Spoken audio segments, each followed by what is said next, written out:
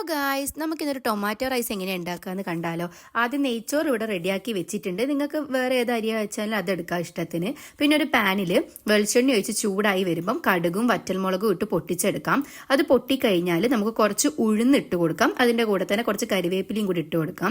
അതിനുശേഷം ഇഞ്ചിയും വെളുത്തുള്ളിയും പച്ചമുളകും കൂടി അരച്ച പേസ്റ്റ് അതിലേക്ക് ഇട്ട് നല്ലോണം പച്ചമണം മാറുന്ന വരെ ഇളക്കിയതിന് ശേഷം മുറിച്ച് വെച്ചിട്ടുള്ള ഉള്ളി ഇട്ട് ഉള്ളി ഒന്ന് വഴണ്ട് വന്നു കഴിഞ്ഞാൽ തക്കാളിയും കൂടി ഇട്ട് കൊടുക്കാം. തക്കാളി ഒന്ന് ഉടഞ്ഞതിന് ശേഷം നമുക്ക് മസാലകൾ ഇട്ട് കൊടുക്കാം. ആവശ്യത്തിന് മുളക് പൊടി കുറച്ച് ഇട്ടാൽ മതി, നമ്മൾ പച്ചമുളക് ഓൾറെഡി ചേർത്തിട്ടുണ്ട്. പിന്നെ മഞ്ഞപ്പൊടിയും ഗരം മസാലയും കൂടി ഇട്ട് കൊടുക്കാം. പൊടികളുടെ പച്ചമണം മാറിയതിന് ശേഷം കുറച്ച് വെള്ളം ഒഴിച്ചു കൊടുത്ത് വെള്ളം വറ്റി കഴിഞ്ഞാൽ നമ്മൾ നേരത്തെ റെഡിയാക്കി വെച്ച ചോറ് ഇതിലേക്ക് ചേർത്ത് കൊടുക്കാം. റൈസും മസാലയും കൂടി നല്ല രീതിയിൽ മിക്സ് ചെയ്തെടുത്ത് കഴിഞ്ഞാൽ നമ്മളെ ടൊമാറ്റോ റൈസ് റെഡിയാണ്. അപ്പം ഞാൻ സൈഡായിട്ട് മുട്ടയും സാലഡും പപ്പടവും ഒക്കെ എടുത്തിട്ടുണ്ട്. നല്ല അടിപൊളി ടേസ്റ്റ് ആയിരുന്നു. അപ്പം എല്ലാവരും എന്തായാലും മസ്റ്റായിട്ട് ട്രൈ ചെയ്ത് നോക്കുക.